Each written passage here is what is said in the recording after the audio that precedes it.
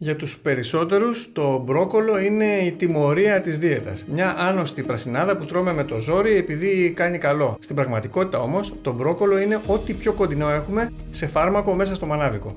Περιέχει μια ουσία, τη σουλφοραφάνη, που δεν υπάρχει σχεδόν πουθενά αλλού σε τέτοια συγκέντρωση. Η επιστήμη πλέον ερευνά τη σουλφοραφάνη για την ικανότητά της να κυνηγά καρκινογόνα κύτταρα και να προστατεύει τον εγκέφαλο από εκφυλιστικές νόσους. Μόλις μπει στο σύστημά σου, η σουλφοραφάνη ενεργοποιεί έναν κεντρικό διακόπτη επιβίωσης στα κύτταρά σου που ονομάζεται μονοπάτι NRF2. Όπως και εσείς, δεν έχω καταλάβει σε βάθος τη βιοχημία. Διαβάζω όμως ότι δίνει εντολή σε πάνω από 200 γονίδια να ξεκινήσουν την αποτοξίνωση, να καταπολεμήσουν τις φλεγμονές και να εξουδετερώσουν καρκινογόνα κύτταρα. Το μπρόκολο δεν καθαρίζει το σώμα σου, δίνει την εντολή στο σώμα σου να καθαρίσει τον εαυτό του. Όλα αυτά όμως ισχύουν για το ομό μπρόκολο. Γι' αυτό κάποιοι λένε φά το ομό για να πάρεις τα θρεπτικά συστατικά. Όμως το ομό μπρόκολο είναι ο εφιάλτης του πεπτικού συστήματος. Οι φυτικές του ίνες είναι τόσο σκληρές που προκαλούν φούσκωμα, δυσπεψία και αέρια στους περισσότερους. Επιπλέον περιέχει ουσίες που σε μεγάλες ποσότητες μπορεί να επηρεάσουν τον θηρεοειδή. Έτσι καταφεύγουμε στη λύση της κατσαρόλας. Το βράζουμε μέχρι να μαλακώσει. Και κάπου εκεί, μόλις το μπρόκολο αγγίξει τους 60 με 70 βαθμούς Κελσίου, συμβαίνει μια σιωπηρή καταστροφή. Εδώ είναι το σημείο που ακόμα και κάποιοι πιο διαβασμένοι κάνουμε λάθος. Πιστεύουμε ότι η θερμότητα καταστρέφει τη σουλφοραφάνη. Όχι, η σουλφοραφάνη είναι αρκετά ανθεκτική. Το πρόβλημα είναι ότι η σουλφοραφάνη χρειάζεται ένα ένζυμο που λέγεται μυροσινάση για να ενεργοποιηθεί, το οποίο ευτυχώς περιέχεται στο μπρόκολο, αλλά δυστυχώς καταστρέφεται με τη θερμότητα. Έτσι τρως το μπρόκολο, η ουσία θαύμα είναι εκεί, αλλά δεν απορροφάται καθόλου. Εδώ έρχεται η έρευνα από το Πανεπιστήμιο του Ιλινόης που άλλαξε τα πάντα. Το μυστικό βρίσκεται στους σπόρους συναπιού. Το συνάπι ανήκει στην ίδια οικογένεια με τον μπρόκολο και είναι γεμάτο από ζωντανή μυροσινάση. Αν πάρεις λίγη σκόνη μουστάρδας, που δεν είναι τίποτα άλλο από αλεσμένο συνάπι, και το πασπαλίσεις πάνω στο μαγειρεμένο σου μπρόκολο, συμβαίνει το εξής μαγικό.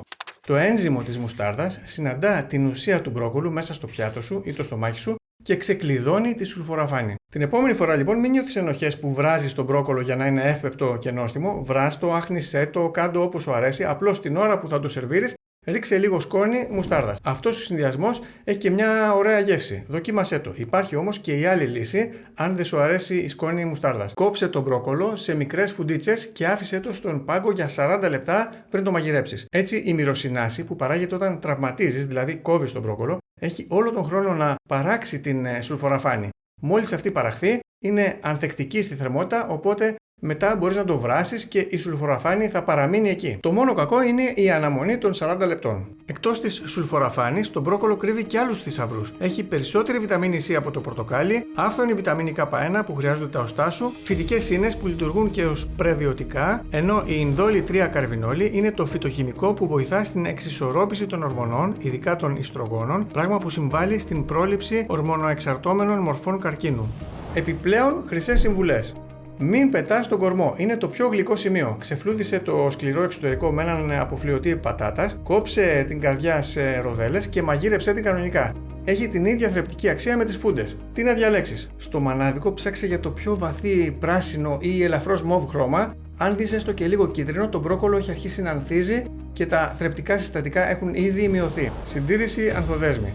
Για καλύτερη συντήρηση, μην το κλείνεις σε σακούλες, βάλ το σε ένα βάζο με λίγο νερό στο ψυγείο σαν λουλούδι. Και προσοχή, μην το πλύνεις ποτέ πριν το αποθηκεύσεις. Μόνο λίγο πριν το φας. Η υγρασία είναι ο νούμερο 1 εχθρός του. Στείλε τώρα το βίντεο σε κάποιον φίλο σου που του αρέσει το μπρόκολο.